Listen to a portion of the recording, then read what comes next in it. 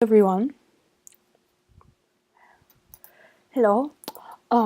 Today, I'm gonna be showing everyone how to use some blocks that are actually not in the game. Well, technically they are in vanilla Minecraft, but they're not in here. Well, quickly I'll show you how to get each of them.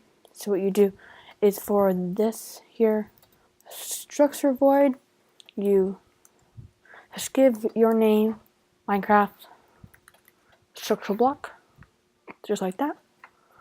And for the command block, exactly the same, only do command block. This next one is called chain command block, and this next one is called, I forget what it's called. Oops, I always do that. I need to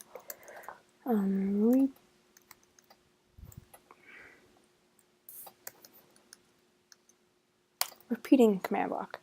And then here, this is a structural void, and this is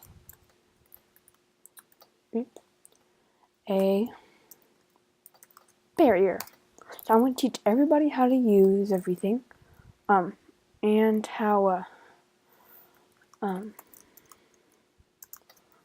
what they do. I'm sorry, I'm not a master at these two blocks here, this one and that one. But I guess I can explain what they roughly what they do. So first we're going to start with the structural block here. So there's four kinds. There's the data, the save, the load, and the corner. So first off, I'm actually going to start from this way over, because this is if you're going to use them. Well, they're actually mainly used for copy and paste. But I would actually not recommend you using structural blocks for this, because I'll show you a little bit, because it makes this weird outline that is not, at least at the moment, in the version I'm using, which is 1.11.2, it's not possible to remove it. But I'm still going to show you how to use it. So the corner block. So basically this is to do, so I'll actually draw you guys a little outline. Sorry, I probably should have done this before. But I'm going to take some redstone. So if I was going to copy this, I need its coordinates. So right here, if you see the XYZ all the way up in the corner of my XYZ, you have to find each point for that. So what you want to do to be able to copy the entire thing, you want to leave a space right there, and you'd have to do it right there. So these iron blocks are going to represent where you would put the structure block. So what you do is you would put a corner block on each of these, and how about we just call this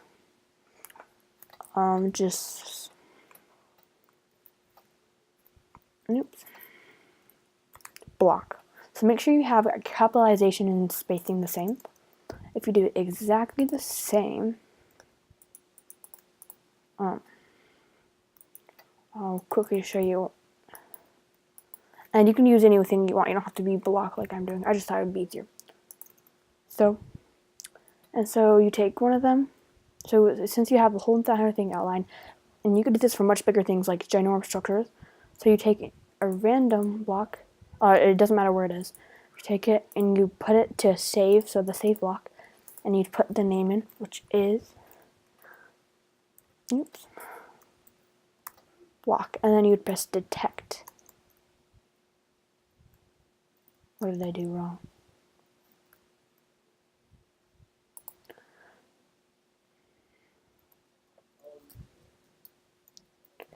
Able to detect treasures. I hate it when it does this. So for some reason it didn't register it. So I'm just going to put it as A, just to make it easier so I know if I mess it up or not. Okay, so sometimes it doesn't register it, because I don't think I put the name right. Wrong, but let's see if this will work. Sorry about that, guys. So I go into my save and I do A, Q, A, and detect. There we go. So basically, if you want, I just did this part and I'll show you how this works. But if you want to, I can actually make it higher. So if I get rid of this, I'll just show you what that looks like. If I get rid of this and I rename this A, I'll just show you what that line looks like. But there we go. If you want an entire thing, you have to put it up higher. So you go to save, and we do A. So, and then detect. So now I have the entire thing. I guess the only way to remove it or change it is just to have another one like that. So you have to have all the height and all the width. So that's for your X and Y. And so if you pretend like you want to put this somewhere else. How about we say we want to put it over here. We would put in, and we get up the load block. So what you do, of course, you would put in the name, and then I'd put load. Oh goodness, what's happening right now? Oh, I'm sorry guys, it's not really working.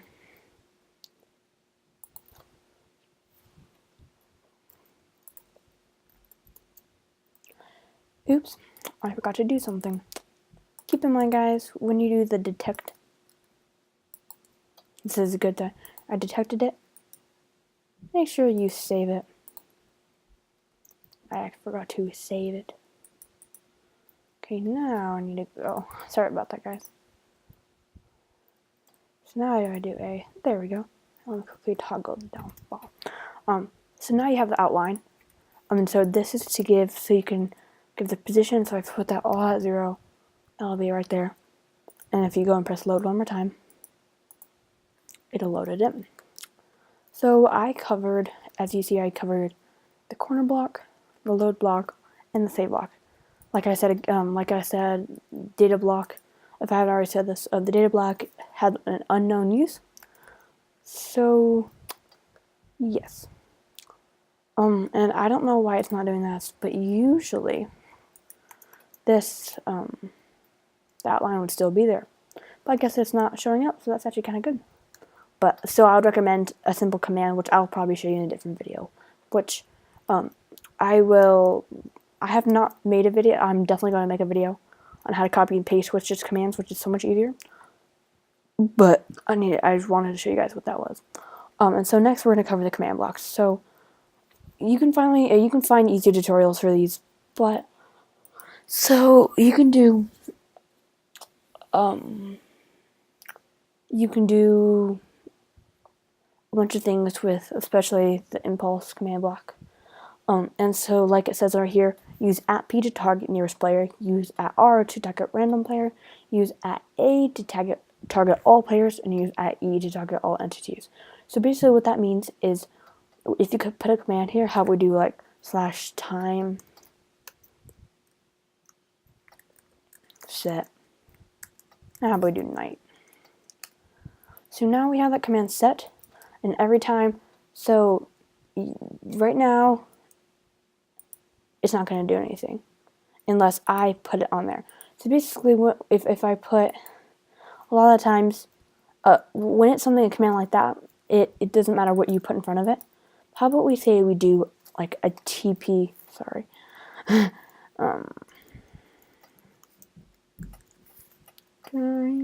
Set, there we go. How about we say we're doing like, if we were doing a teleporting, so basically if you find the coordinates you want to teleport to, you would find the coordinates, here, I have a simple trick real quickly. That's an easy way to get coordinates into your chat. If you just do /clone, that's one easy way to do it. To write your chat and your name. So basically, if I want to teleport to there, I would do /TP, and if I do @P, that would be mean it would teleport to that area. Whoever pressed the button. @R would do random player. @A would do all players, and @E would do all entities. And entities, you know, are animals. So if I do @P, and then put in the coordinates.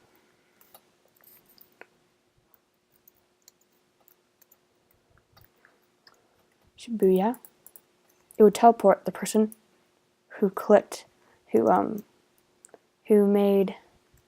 activated it. But if I do at R, it would do random, but it can't do random because there's only me on here. And if I do at E, I would do, well, entities. See? I teleported all the entities in the area to that spot. And keep in mind, you are technically an entity. So if you want to teleport a bunch of animals in sight and every player, you can use this command. So yeah, these ones all work very so, and unconditional and need redstone. So basically, need redstone and always activated. The difference is that I would activate it. But if it was always active,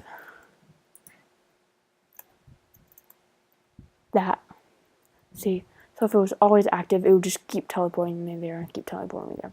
So these are just very similar. They just work in tiny bit different ways. Wait. I actually have something else to show you guys. So sadly, I'm going to have to get rid of all these things here.